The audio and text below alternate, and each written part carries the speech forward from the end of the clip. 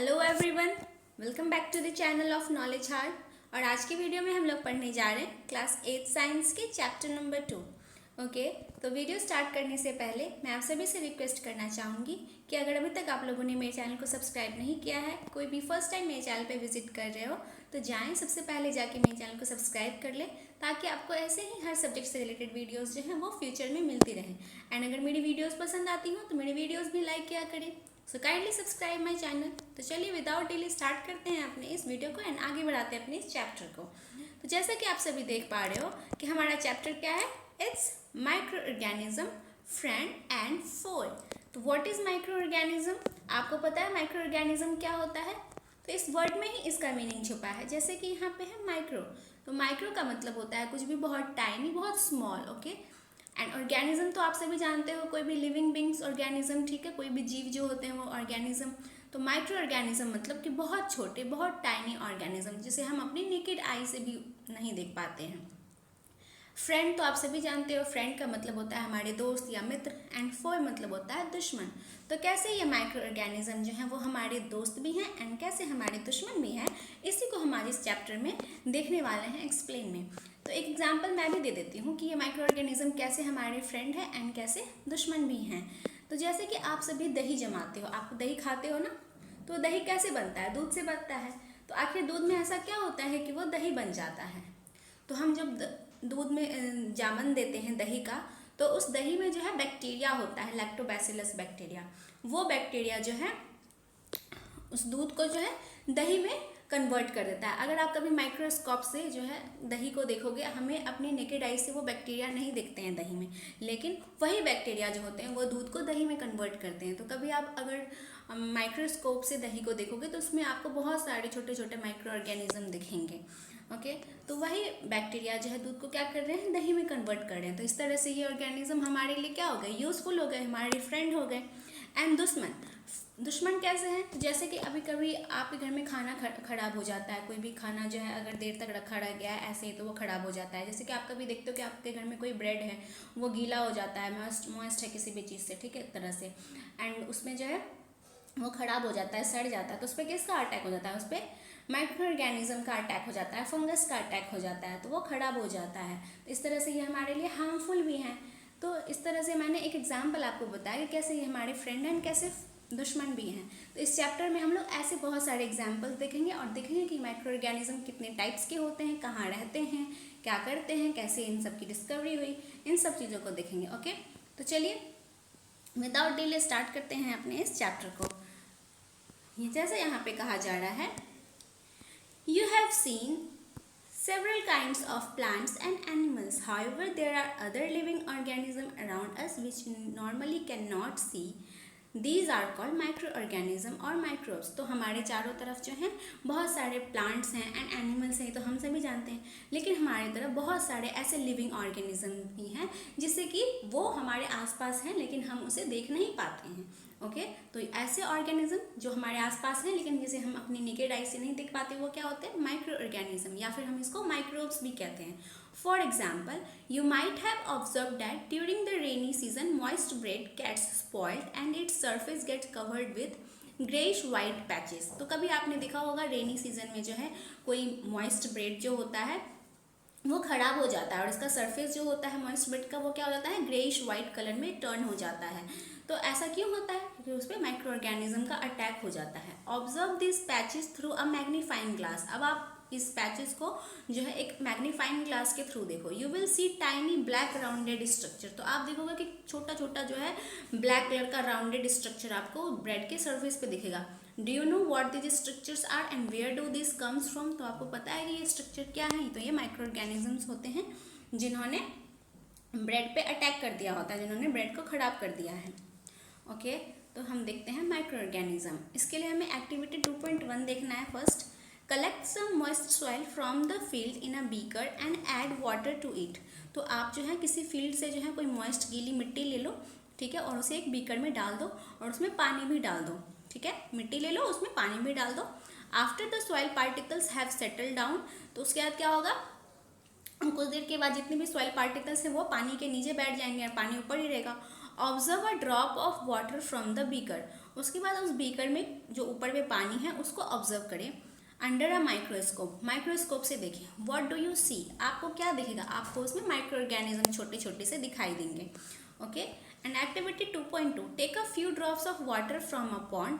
तो आप जो है तालाब से जो है थोड़ा सा पानी ले लें, spread on a glass slide, आप एक ग्लास स्लाइड पे उसको स्प्रेड कर दें and observe through a microscope, और उसे माइक्रोस्कोप से देखें, वहाँ भी आपको छोटे छोटे माइक्रोब्स दिखेंगे।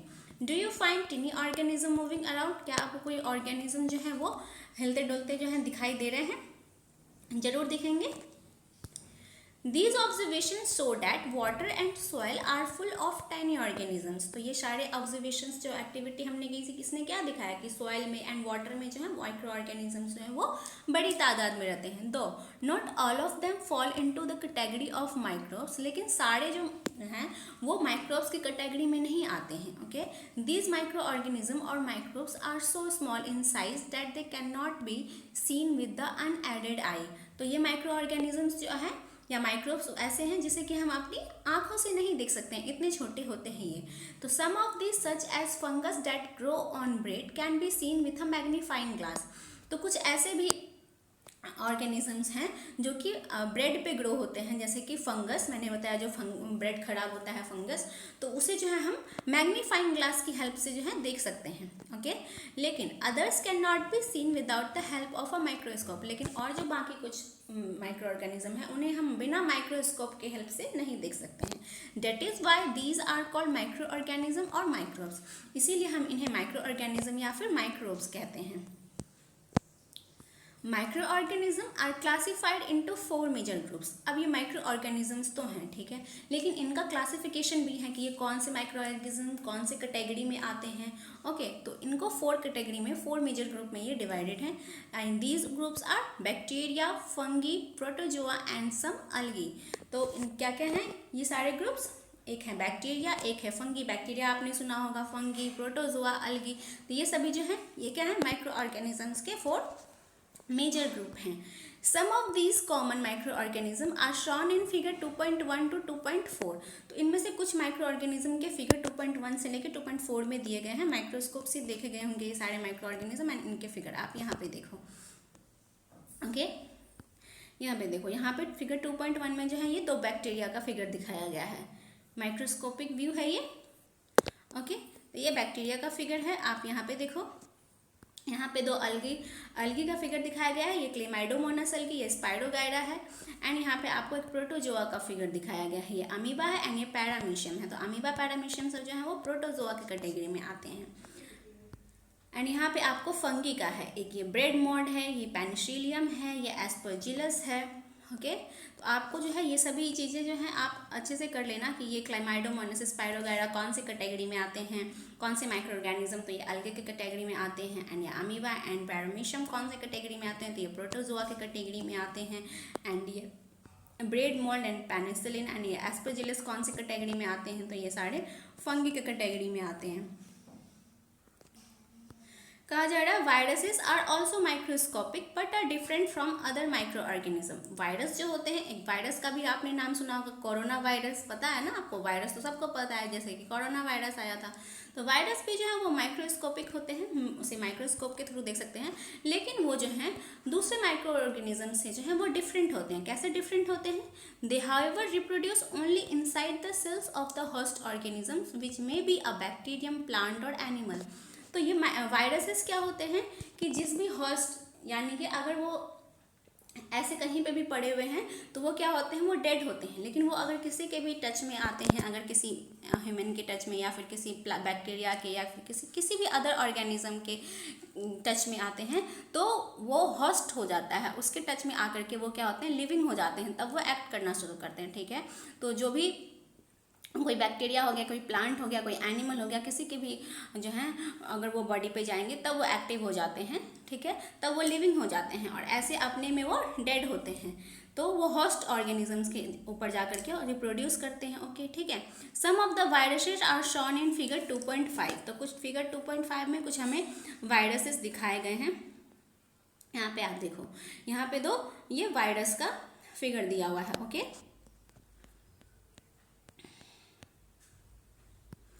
Common elements like cold, influenza and most coughs are caused by virus. तो कुछ बीमारियां ऐसे जैसे कि हमें जो सर्दी लगती है या फिर हमें फ्लू हो जाता है, इन्फ्लुएंजा, कुछ कफ होता है, ये सभी क्या वायरसेस के द्वारा होते हैं। ओके, तो serious diseases like polio and chickenpox are also caused by virus. तो कुछ ऐसी सीरियस डिजीजेज भी होती हैं, ये तो कोल्ड कफ ये सब तो थोड़ी सी नॉर्मल चीज़ें हो गई, नॉर्मल बीमारी हो गई, लेकिन सीरियस डिजीज जैसे कि पोलियो होता है, चिकन पॉक्स, ये सभी बड़ी बड़ी चीज़ें हैं।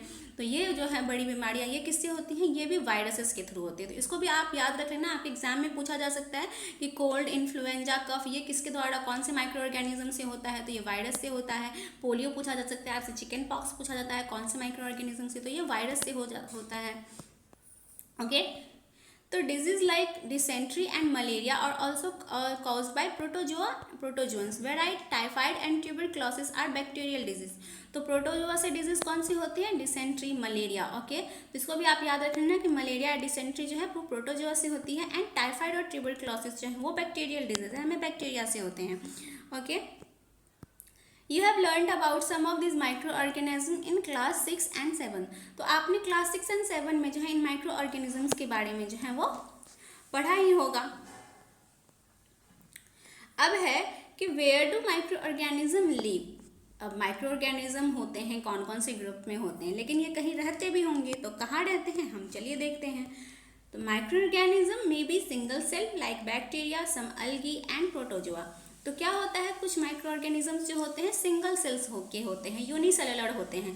जैसे कि हम ह्यूमंस हैं, हम मल्टी सेलुलर हैं, हम बहुत सारे सेल से बने होते हैं। लेकिन कुछ माइक्रो ऑर्गेनिजम्स जो होते हैं वो सिंगल सेल भी होते हैं, कुछ मल्टी सेलुलर भी होते हैं। तो जो सिंगल सेलुलर हैं वो कौन कौन से उसमें आ जाते हैं, उसमें बैक्टीरिया आ जाते हैं, कुछ अलगी आ जाते हैं, एंड प्रोटोजोअन्स आ जाते हैं। प्रोटोजोआ, तो याद रखिएगा single cell organism is bacteria, algae, protozoa. और मल्टी सेलुलर भी होते हैं जैसे कि एल्गी होते हैं एंड फंगी होते हैं। तो सिंगल सेलुलर कौन से हो गए, बैक्टीरिया हो गया, algae and protozoa, and multi cellular में एल्गी भी आ जाएगा एंड फंगी आ जाएगा। Okay, they live in all types of environment ranging from ice cold climate to hot spring and deserts to marshy lands। तो वो जो है हर टाइप के environment में माइक्रो ऑर्गेनिज्म रहते हैं। जैसे कि अगर कोई बहुत ठंडी जगह हो गई, या कोई बहुत गर्मी वाली जगह हो गई, या फिर कहीं बालू वाला जगह डेजर्ट्स हो गया, या फिर मार्शी लैंड्स जो हैं वो कीचड़ वाले लैंड्स हो गए। They are also found inside the bodies of animals including humans. और वो ह्यूमन्स के अंदर भी पाए जाते हैं, एनिमल्स की बॉडी के अंदर भी पाए जाते हैं। हमारी बॉडी के अंदर बहुत सारे माइक्रो ऑर्गेनिजम्स होते हैं, यूजफुल माइक्रो ऑर्गेनिजम्स होते हैं। ओके, तो some micro organisms grow on other organisms while other exist freely. तो कुछ माइक्रो ऑर्गेनिजम्स जो हैं वो किसी दूसरे ऑर्गेनिजम्स के ऊपर रह के ही बड़े होते हैं, ग्रो करते हैं, एंड कुछ ऑर्गेनिजम्स जो होते हैं वो फ्रीली रहते हैं, अकेले एग्जिस्टेंस करते हैं वो। ओके, अब है माइक्रो ऑर्गेनिज्म एंड अस। तो माइक्रो ऑर्गेनिज्म का हमसे क्या रिश्ता है। Micro organism play an important role in our lives. तो माइक्रो ऑर्गेनिजम्स का हमारी लाइफ में बहुत इंपॉर्टेंट रोल है। Some of them are beneficial in many ways where some others are harmful and cause diseases. तो उनमें से कुछ जो है वो हमारे लिए बहुत ही बेनिफिशियल हैं, बहुत लाभदायक हैं, लेकिन कुछ हमारे लिए हार्मफुल भी हैं जो हमें डिजीज देती हैं। Let us study about them in detail. तो चलिए हम उनके बारे में डिटेल्स में जो है चलते हैं, देखते हैं। अब जो है फ्रेंडली माइक्रो ऑर्गेनिज्म जो हमारे बेनिफिशियल हैं उनके बारे में देखते हैं कि हमारे फ्रेंड कैसे हैं। तो micro organisms are used for various purposes. Micro organisms को बहुत सारे पर्पस के लिए हम यूज़ करते हैं। They are used in preparation of curd, bread and cake. तो मैंने बताया कर्ड के लिए का एग्जाम्पल तो मैंने चैप्टर के स्टार्टिंग में ही इंट्रो में दिया था। जो आप ब्रेड खाते हो वो ब्रेड भी किससे बनता है, माइक्रो ऑर्गेनिजम्स से बनता है। और जो केक खाते हो वो भी माइक्रो ऑर्गेनिजम्स से बनता है, यीस्ट की वजह से बनता है। ओके, तो micro organisms have been used for the production of alcohol since ages. तो आप जो अल्कोहल जानते हो, अल्कोहल जो होता है वो भी जो है बहुत टाइम से माइक्रो ऑर्गेनिजम्स का यूज़ करके ही बनाया जाता है। ओके, तो कर्ड हो गया, ब्रेड हो गया, केक हो गया, अल्कोहल हो गया, ये सभी किससे, माइक्रो ऑर्गेनिजम्स के हेल्प से बनते हैं। They are also used in cleaning up of the environment. और ये जो है हमारे इन्वायरमेंट को भी क्लीन करने के लिए यूज़ होते हैं। हम जो ब्रेड बनाते हैं ना, उसमें ब्रेड बनाते टाइम में उनके डो जो होता है हमारा, उस डो में हम यीस्ट डालते हैं। उससे क्या होता है कि वो यीस्ट की वजह से जो है वो बहुत फूल जाता है, स्पॉन्जी हो जाता है, सॉफ्ट हो जाता है। उस तरह से केक को भी हमें देखते हो आप फुलाना पड़ता है, उसमें भी हम यीस्ट डालते हैं। तो यीस्ट भी हमारा माइक्रो ऑर्गेनिजम्स है। तो इस तरह से, एंड अल्कोहल में भी हम यीस्ट डालते हैं। फॉर एग्जाम्पल, तो हमारे इन्वायरमेंट को भी क्लीन करता है ये माइक्रो ऑर्गेनिज्म। अब कैसे क्लीन करता है देखिए, the organic waste, vegetable peels, remains of animals faeces etc are broken down into harmless and usable substances by bacteria. तो आपको जो है क्लास 8 में जो आपने फर्स्ट चैप्टर पढ़ा था क्रॉप प्रोडक्शन एंड मैनेजमेंट, उसमें आपने देखा था कि कुछ माइक्रो ऑर्गेनिजम्स जो हैं वो हमारे सॉइल की फर्टिलिटी के लिए कितने यूजफुल होते हैं, हमारी सॉइल की फर्टिलिटी बढ़ाते हैं। जो मैन्योर होता है वो कैसे बनता है, जितने भी ऑर्गेनिक वेस्ट्स होते हैं उनके डिकम्पोजिशन से। तो उनको डिकम्पोज कौन करता है, उनको डिकम्पोज जो है सर्टेन बैक्टीरियाज करते हैं, जो कि उनका डिकम्पोजिशन करते हैं, फिर वह जो है यूजफुल ऑर्गेनिक मैन्योर बन जाते हैं। रिकॉल डेट, तो यही जो है ऑर्गेनिक वेस्ट क्या होता है, वेजिटेबल्स पिल्स होते हैं, किसी एनिमल्स का रिमेन हो गया, कोई फीकल मैटर हो गया। Recall that bacteria are also use in the preparation of medicine, और बैक्टीरिया का यूज जो है मेडिसिन बनाने में भी किया जाता है। In agriculture they are use to increase soil fertility by fixing nitrogen, और एग्रीकल्चर में खेती में जो है इनका यूज सॉइल की फर्टिलिटी बढ़ाने के लिए भी किया जाता है, जैसे कि फिक्सिंग नाइट्रोजन। जैसे कि मैंने बताया था आपको चैप्टर 1 में क्लास 8 में कि राइजोबियम बैक्टीरिया जो होता है वो क्या कहता है, वो जो भी लिग्यूमिनस प्लांट्स होते हैं उसके रूट में जो है वो रहता है, और वो जो है एटमॉस्फेरिक नाइट्रोजन को जो है यूजेबल फॉर्म में कन्वर्ट करके प्लांट को देता है। ठीक है, तो उस प्लांट में जो है आ जाता है क्या, नाइट्रोजन आ जाता है। तो इस तरह से जो है नाइट्रोजन फिक्सेशन का काम भी करते हैं बैक्टीरिया। तो हमारी खेती के लिए भी कितने यूज़फुल हो, बहुत सारे ऑर्गेनिक वेस्ट जो होते हैं उनको डिकम्पोजिंग का काम करते हैं, नाइट्रोजन फिक्सेशन का काम करते हैं। हमने देखा मेडिसिन बनाया जाता है इनसे केक बनाते हैं, इनसे कर्ड बनाते हैं, ब्रेड बनाते हैं, अल्कोहल बनाते हैं, और जो है हम मेडिसिन भी बनाते हैं इनसे। तो जो भी मेडिसिन आप मार्केट से लाते हो कुछ सर्टेन माइक्रो ऑर्गेनिज्म से बनते हैं। तो making of curd and bread, अब कर्ड एंड ब्रेड कैसे बनाते हैं इसका पूरा प्रोसेस देखेंगे। You have learned in class 7 that milk is turn into curd by bacteria. तो आपने क्लास 7 में पढ़ा होगा कि हमारा जो दूध होता है वो दही में कैसे किसी बैक्टीरिया के थ्रू बनता है। ओके, पहली सोच रही है, I saw that my mother added a little curd to warm milk to set curd for the next day, I wonder why. अभी पहली सोच रही है कि मैंने अपनी मम्मी को देखा था कि वो थोड़े से गर्म दूध में जो है हल्का सा उसने दही ऐड कर दिया, और नेक्स्ट डे जो है वो कर्ड में चेंज हो गया, दही में चेंज हो गया। ऐसा क्यों हुआ? Curd contain several micro organism, curd में जो है माइक्रो ऑर्गेनिज्म होते हैं। Of this the bacterium lactobacillus promotes the formation of curd. Okay, और उस सारे बैक्टीरियम में से जो लैक्टोबैसिलस बैक्टीरिया होता है ये क्या करता है, कर्ड के फॉर्मेशन को जो है वो करता है। It multiplies in milk and converts it into curd, तो ये जो है मिल्क में बहुत जल्दी जल्दी मल्टीप्लाई करते हैं और क्या करते हैं, कर्ड को दूध को चेंज कर देते हैं कर्ड में। Bacteria are also involve in the making of cheese, और बैक्टीरिया का यूज जो है चीज़ बनाने में भी किया जाता है, पिकल्स बनाने में भी किया जाता है, और बहुत सारे ऐसे फूड आइटम्स हैं जिसका यूज बैक्टीरिया का किया जाता है इनको बनाने में। एन इम्पॉर्टेंट इंग्रेडिएंट ऑफ रवा, सूजी, इडलीज एंड भटूराज इज कर्ड। अब आपको पता है कि हम जो सूजी, रवा बनाते हैं, इडली बनाते हैं, भटूरा बनाते हैं, इनके लिए जो है इंपॉर्टेंट इंग्रेडिएंट्स क्या है, कर्ड है। इन सब में हम कर्ड डालते ही हैं। कैन यू गेस वाई, आपको क्या लगता है क्यों? तो bacteria and yeast are also helpful for the fermentation of rice, idlis and dosa batter. तो जो बैक्टीरिया और यीस्ट जो होते हैं वो क्या करते हैं, किसी को भी फर्मेंट करने में, यानी कि अगर किसी को भी आपका वॉल्यूम इंक्रीज करना है किसी भी फूड का, तो आप उसमें यीस्ट ऐड कर दो तो उसका जो है वॉल्यूम इंक्रीज हो जाएगा, वो स्पॉन्जी हो जाएगा, ठीक है, फर्मेंट हो जाएगा। अभी एक्टिविटी 2.3 देखते हैं। टेक ½ kg फ्लोर, आटा और मैदा। आप ½ kg जो है आटा ले लें, या तो आटा ले लें या फिर मैदा ले लें। Add some sugar and mix with warm water, उसमें कुछ चीनी डाल दें और इसे जो है गर्म पानी के साथ जो है मिक्स कर लें। Okay, add a small amount of yeast powder and need to make a soft dough. अब फिर क्या करें, इसमें थोड़ा सा अमाउंट में जो है यीस्ट पाउडर डाल लें और इससे जो फिर एक सॉफ्ट डो बना लें, इसको सान के आटे को गूंद के एक सॉफ्ट डो बना लें। What do you observe after 2 hours? तो आप दो घंटे के बाद आप क्या देखोगे? Did you find the dough rising? तो आपको क्या लगता है वो डॉ जो है वो फूल गया?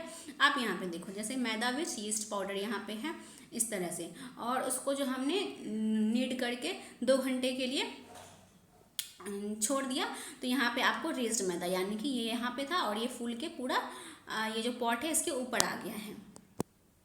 ओके, तो yeast reproduces rapidly and produces carbon dioxide during respiration. तो ये यीस्ट क्या करते हैं, बहुत जल्दी रिप्रोड्यूस करते हैं, अपनी संख्या को बढ़ाते हैं, और उस दौरान जो ये सांस लेते हैं उस दौरान जो क्या करते हैं, कार्बन डाइऑक्साइड को जो है प्रोड्यूस करते हैं। तो इसके कारण जो है बबल्स होते हैं, bubbles of the gas fill the dough and increases volume. तो इसी कार्बन डाइऑक्साइड से जो है जो बबल्स जो गैसेस के होते हैं ये क्या करते हैं, इन डो के जो है वॉल्यूम को इंक्रीज कर देते हैं। This is the basis of use of yeast in the baking industry for making bread, pastries and cakes. और यही बेसिस है जिसके बेसिस पे जो है बेकिंग इंडस्ट्रीज में यीस्ट का यूज़ किया जाता है, केक बनाने के लिए, ब्रेड बनाने के लिए, पेस्ट्रीज बनाने के लिए। ओके, तो आपको समझ में आ गया इनका काम क्या होता है। ये बेसिकली क्या करते हैं, डो को जो है फुला देते हैं, स्पॉन्जी कर देते हैं उनको। Commercial use of micro organisms, ये तो हमने देख लिया कि हाँ भाई यीस्ट डाल रहे हैं, केक बना रहे हैं, कमर्शियल एकदम कि अब इसको लार्ज स्केल पे, कमर्शियल स्केल पे कैसे इनका यूज़ किया जाता है। तो micro organisms are used for the large scale production of alcohol. तो आपको पता है कि अल्कोहल का कंजम्पशन कितना होता है, पूरे वर्ल्ड में ही होता है अल्कोहल का कंजम्पशन। तो इसको इतने कंजम्पशन के लिए इसको क्या कहता है, लार्ज स्केल की प्रोड्यूस किया जाता है।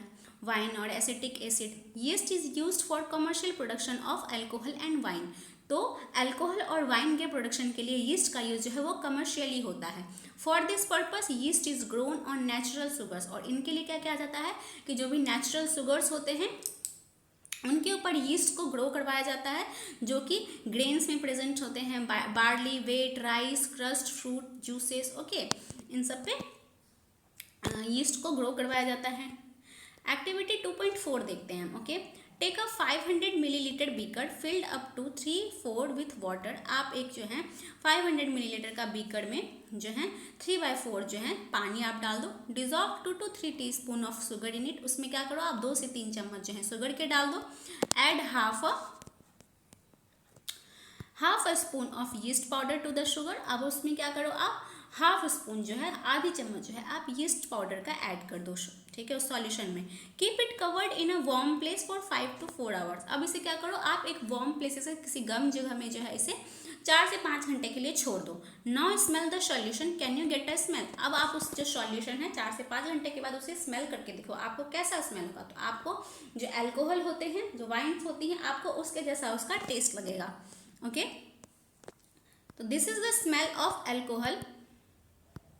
This is the smell of alcohol as sugar has been converted into alcohol by yeast. तो ये जो है किसका है, स्मेल अल्कोहल का होता है, क्योंकि शुगर जो है वो यीस्ट के, उसमें हमने यीस्ट डाला, उसकी वजह से वो क्या हो गया, चेंज हो गया अल्कोहल में। तो this process of conversion of sugar into alcohol is known as fermentation. और इसी प्रोसेस को हम क्या कहते हैं, इसी प्रोसेस को कहते हैं fermentation. The process of conversion of sugar into alcohol is known as fermentation. इसको आप याद कर लेना, आपसे पूछा जा सकता है एग्जाम में, व्हाट इज फर्मेंटेशन। तो the process of conversion of sugar into alcohol is known as fermentation. तो लुइस पास्चर ने 1857 में जो है फर्मेंटेशन जो है प्रोसेस उसको डिस्कवर किया था। ओके, तो याद रख लेना किसने डिस्कवर किया है फर्मेंटेशन को, लुइस पास्चर ने। ओके, कब, 1857 में। अभी हम देखेंगे medicinal use of micro organism. अब हम मेडिसिन में कैसे हम माइक्रो ऑर्गेनिज्म का यूज करते हैं। Whenever you fall ill the doctor may give you some antibiotics tablet. तो कभी भी आप जब भी बीमार पड़ते हो, ठीक है, डॉक्टर के पास जाते हो तो डॉक्टर सबसे पहले आपको एंटीबायोटिक देते हैं, कैप्सूल और injection such as of penicillin, ठीक है। तो या फिर आप कैप्सूल्स देते हैं एंटीबायोटिक्स के, या फिर आपको इंजेक्शन दी जाती हैं सच एज पेनिसिलिन, ठीक है। The source of these medicine is micro organism. तो आपको जो ये सारे मेडिसिन दिए जा रहे हैं, टैबलेट्स दिए जा रहे हैं, कैप्सूल्स, इंजेक्शन जो है पेनिसिलिन का दिया जा रहा है, ठीक है, तो ये क्या किया जा रहा है, आपके अंदर जो है माइक्रो ऑर्गेनिजम्स जो हैं, इस जितने भी हैं इनको किससे प्रिपेयर किया गया है, माइक्रो ऑर्गेनिजम्स के हेल्प से। तो दीज मेडिसिन किल और stop the growth of the disease causing micro organisms. तो ये जो जितने भी मेडिसिनल सप्लीमेंट्स होते हैं ये क्या होता है, माइक्रो ऑर्गेनिजम्स के हेल्प से बनाए जाते हैं। तो जब भी हम इनको फिर अपनी बॉडी के अंदर लेते हैं तो हमारी बॉडी के अंदर जितने भी डिजीज काउजिंग माइक्रोब्स जो होते हैं उनको जा करके ये लोग उनसे फाइट करते हैं, उनको किल करते हैं। सच मेडिसिन आर कॉल्ड एंटीबायोटिक्स। और ऐसे मेडिसिन जो हमारी बॉडी के अंदर जा करके जो हमारे डिजीज कॉजिंग माइक्रोब्स हैं उनको किल करते हैं, तो ऐसे मेडिसिन क्या कहलाते हैं, एंटीबायोटिक्स कहलाते हैं। ओके, तो these days These days a number of antibiotics are being produced from bacteria and fungi. तो आज के टाइम में जो है सबसे ज़्यादा बैक्टीरिया एंड फंगी से हम एंटीबायोटिक्स बना रहे हैं. Streptomycin, tetracycline and erythromycin are some of the commonly known antibiotics which are made from fungi and bacteria. तो स्ट्रेप्टोमाइसिन हो गया, टेट्रासाइक्लिन हो गया, ओके. तो ये सभी, इरिथ्रोमाइसिन, ये सभी कुछ ऐसे मेडिसिन हैं, एंटीबायोटिक्स हैं जिनको कि बैक्टीरिया एंड फंगी के हेल्प से बनाया जाता है, ओके.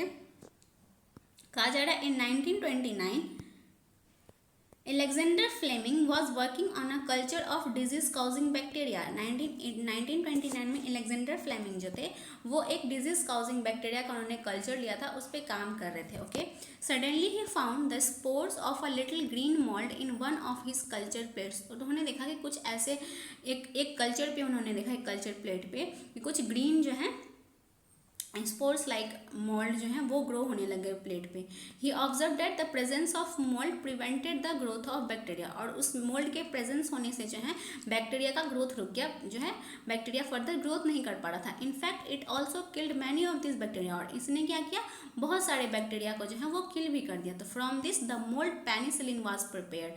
इसी मोल्ड से जो है अलेक्जेंडर फ्लेमिंग ने जो है पेनिसिलिन को वो प्रिपेयर किया, पेनिसिलिन बनाया, ठीक है. The antibiotics are manufactured by growing specific microorganisms and are used to cure a variety of diseases. तो एंटीबायोटिक्स जो हैं वो कैसे प्रिपेयर किए जाते हैं, कुछ स्पेसिफिक माइक्रो ऑर्गेनिजम्स होते हैं जो कि डिजीज काउजिंग माइक्रोब से लड़ सकते हैं, उनको खोजा जाता है. ये स्पेसिफिक माइक्रो ऑर्गेनिजम्स हैं, उनको ग्रो किया जाता है और उनका यूज़ किया जाता है डिजीज को क्योर करने में. Antibiotics are even mixed with the feed of livestock and poultry to check microbial infection in animals. They are also used to control many plant diseases. तो एंटीबायोटिक्स का यूज जो है जो भी हमारे पोल्ट्री वाले एनिमल्स होते हैं, ठीक है, उनके हम लोग खाने में भी मिला के देखते हैं कि अगर उनमें कोई माइक्रोबियल इन्फेक्शन है तो वो खत्म हो जाए, ओके. और प्लांट्स में भी बहुत सारे डिजीजेस को कंट्रोल करने के लिए इनका यूज़ किया जाता है, ओके. कहा जा रहा है it is important to remember that antibiotics should be taken only on the advice of a qualified doctor. तो अब आपको एंटीबायोटिक्स जो है वो अपनी मर्जी से नहीं खा लेनी है, ठीक है, कि आप बीमार पड़े तो खुद से गए और एंटीबायोटिक्स ले लिए, नहीं. जब तक आपको किसी क्वालिफाइड डॉक्टर ने प्रिस्क्राइब नहीं किया हो एंटीबायोटिक्स तब तक आप नहीं खा सकते हो. Also you must complete the course prescribe by the doctor. और आपको अगर डॉक्टर ने एक कोर्स दिया है कि हाँ आपको ये 8 दिन तक खाना है, 5 दिन तक खाना है, तो उस कोर्स को आपको पूरा कंप्लीट करना है, उसको बीच में नहीं छोड़ना है. If you take antibiotics when not needed or in wrong doses it may make the drug less effective when you might need it in future. तो अगर आप जो है एंटीबायोटिक्स की जब ज़रूरत नहीं है तब ले लोगे या फिर उनका डोजेज जो है वो रॉन्ग वे में लेते हो तो वो जो है आपको अफेक्ट करेगी फ्यूचर में, okay. Also antibiotics taken unnecessary may kill the beneficial bacteria in the body. और अगर आप एंटीबायोटिक्स का तो काम है जो हमारे अंदर डिजीज काउजिंग माइक्रोब्स हैं उनसे लड़ेंगे, माइक्रोब से लड़ेंगे, तो अब अननेसेसरली जो है जब आपको ज़रूरत नहीं भी, आपको थोड़ी सा भी कुछ मतलब फील हो रहा है कि हम बीमार हैं, तो आपने जाके खुद अपनी मर्जी से जो है एंटीबायोटिक्स ले लिया, लेकिन आपको उस टाइम एंटीबायोटिक्स लेने की ज़रूरत नहीं है तो अननेसेसरली आपने ले लिया. अननेसेसरली लेने से क्या होता है, आपके बॉडी के अंदर जो बहुत सारे यूजफुल बैक्टीरिया भी होते हैं, तो वो क्या करेंगे, एंटीबायोटिक्स हमारे यूजफुल बैक्टीरिया को जाके किल कर देंगे. तो ये तो गलत बात है. Antibiotics however are not effective against cold and flu as these are caused by viruses. तो एंटीबायोटिक्स आपको पता है कि वो बैक्टीरिया फंगी से बनता है, तो हमारे बॉडी में जो कोल्ड फ्लू, हमें सर्दी होती है, हमें फ्लू होता है, इन सब में एंटीबायोटिक्स का यूज़ इफेक्ट नहीं होता है. तो उस टाइम में हम एंटीबायोटिक्स नहीं खा सकते क्योंकि ये सब जो है कोल्ड और फ्लू हमको पता है किससे होता है, हमें वायरसेस से होता है. अभी है वैक्सीन. वैक्सीन तो आपने सुना ही होगा, अभी तो हमें कोरोना वायरस का वैक्सीन सबको लग रहा है, तो वैक्सीन बस से आप वेल अवेयर हो, ओके. हमने वैक्सीन क्यों लिया, ताकि हमें कोरोना वायरस अटैक ना कर पाए. तो हम कोई भी डिजीज़ का वैक्सीन लेते हैं ताकि हमें वो डिजीज़ फ्यूचर में छू ना सके. Why are children in fact given vaccination. तो क्यों बच्चों को, चिल्ड्रंस को जो है वो वैक्सीनेशन करवाया जाता है. When a disease carrying microbes enters our body, तो कभी भी कोई डिजीज़ पहुंचाने वाले जो हमें डिजीज़ क्रिएट करते हैं हमारी बॉडी में, वो क्या करते हैं, हमारी बॉडी में जब एंटर करते हैं तो the body produces antibodies to fight the invader. तो हमारी बॉडी क्या करती है, उनसे लड़ने के लिए जो है एंटीबॉडीज़ जो है वो प्रोड्यूस करती है. The body also remember how to fight the microbe if it enters again. And हमारी बॉडी जो है ये भी रिमेंबर रखती है कि अगर ये फिर से हमारी बॉडी में ये सारे जो है डिजीज काउजिंग माइक्रोब्स आएंगे तो हमें उनसे कैसे लड़ना है ये याद हो जाता है उन्हें। इफ़ डेड और weakened microbes are introduced into a healthy body, अगर जो है किसी डेड और वीकेड यानी कि बहुत वीक या डेड माइक्रोब्स को अगर हमारी बॉडी के अंदर इंजेक्ट कर दिया जाता है तो the body fights and kills the invading bacteria by producing suitable antibodies. तो हमारी बॉडी जो है वैसे बैक्टीरिया से वैसे हैं फाइट करती है एंटीबॉडीज प्रोड्यूस करके। तो the antibodies remain in the body and we are protected from the disease. तो वो एंटीबॉडी क्या होती है हमारी बॉडी में रह जाती है और जो है हम उससे बच जाते हैं। For this ever this is how a vaccine works. तो क्या क्या रहता है वो वैक्सीन में वही होता है, डेड और वीकेंड बैक्टीरिया का यूज़ करके वैक्सीन को प्रिपेयर किया जाता है और हमारी बॉडी में इंजेक्ट किया जाता है। ओके, तो उससे जो है लड़ने के लिए हमारी बॉडी क्या करती है एंटीबॉडी प्रोड्यूस करती है और एंटीबॉडी उससे लड़ाई करके उसको मारती है। और वही एंटीबॉडीज जो है हमारी बॉडी को, आपको पता है हमारी बॉडी को रिमेंबर रहता है कि अगर फ्यूचर में इसका अटैक होगा तो हमें कैसे इससे लड़ना है, क्या प्रोड्यूस करना है। तो वो एंटीबॉडीज हमारी बॉडी में रह जाती हैं। तो फ्यूचर में अगर कभी वैसे ही बैक्टीरिया का कोई स्ट्रॉन्ग बैक्टीरिया का या फिर कोई स्ट्रॉन्ग वायरस का उसी वैसा ही रिलेटेड किसी का अगर हमारी बॉडी के ऊपर अटैक होता है तो हमारी बॉडी का वो एंटीबायोटिक जो है एंटीबॉडी जो है वो फिर से जाग जाता है और उससे लड़ाई करके उसको मार देता है। तो हम इस तरह से उस डिजीज से जो है बच जाते हैं। तो ये प्रोसेस है कि वैक्सीन कैसे काम करता है। तो वैक्सीन में जनरली हम जो है डेड एंड वीकेंड जो माइक्रोब्स होते हैं उनसे ही हम बनाते हैं, ठीक है। तो वो हमारी जब बॉडी के अंदर जाता है तो हमारा बॉडी एंटीबॉडी प्रोड्यूस करता है, उससे लड़ता है, फिर हमारी बॉडी जो है बाद में भी उसको वो एंटीबॉडीज़ रह जाती हैं और फिर वो एंटीबॉडीज़ जो हैं जब फिर दोबारा से अगर वैसे ही माइक्रोब्स का अटैक होता है तो वो फिर से एंटीबॉडीज़ जाग के उनसे लड़ाई कर लेती है। तो आई होप आपको ये वैक्सीनेशन समझ में आ गया हो किस तरह से वैक्सीनेशन प्रोसेस वर्क करता है। तो Edward Jenner discovered the vaccine for small pox in 1798। तो स्मॉल पॉक्स आपको पता ही है, स्मॉल पॉक्स का वैक्सीन जो है 1798 में एडवर्ड जेनर ने डिस्कवर किया था। इसको आप याद रख लेना, आपसे पूछा जा सकता है कि स्मॉल पॉक्स की वैक्सीन जो है वो किसने डिस्कवर करी थी। तो एडवर्ड जेनर ने 1798 में। लुइस पास्चर ने क्या डिस्कवर किया था, पेनिसिलिन का। In your childhood you must have been given injection to protect yourself against several disease. तो जब हम छोटे रहते हैं, आप भी छोटे होंगे तो आपको बहुत सारे वैक्सीन लगे होंगे बचपन में, ताकि फ्यूचर में आगे हमें बहुत सारे ऐसे जो है डिजीज़ हैं वो ना हो सके। जैसे पोलियो का तो याद ही होगा, बचपन में हमें पोलियो का टीका, पोलियो का वैक्सीन लगता है, हमें ड्रॉप के थ्रू पिलाया गया था। तो अब जो है लगभग पोलियो ख़त्म हो चुका है, सारे लोग जो हैं जितने भी बच्चे थे सबको जो है पोलियो की वैक्सीन लग गई है। तो अब पोलियो डिजीज़ जो है अच्छे से इरेडिकेट हो गया है।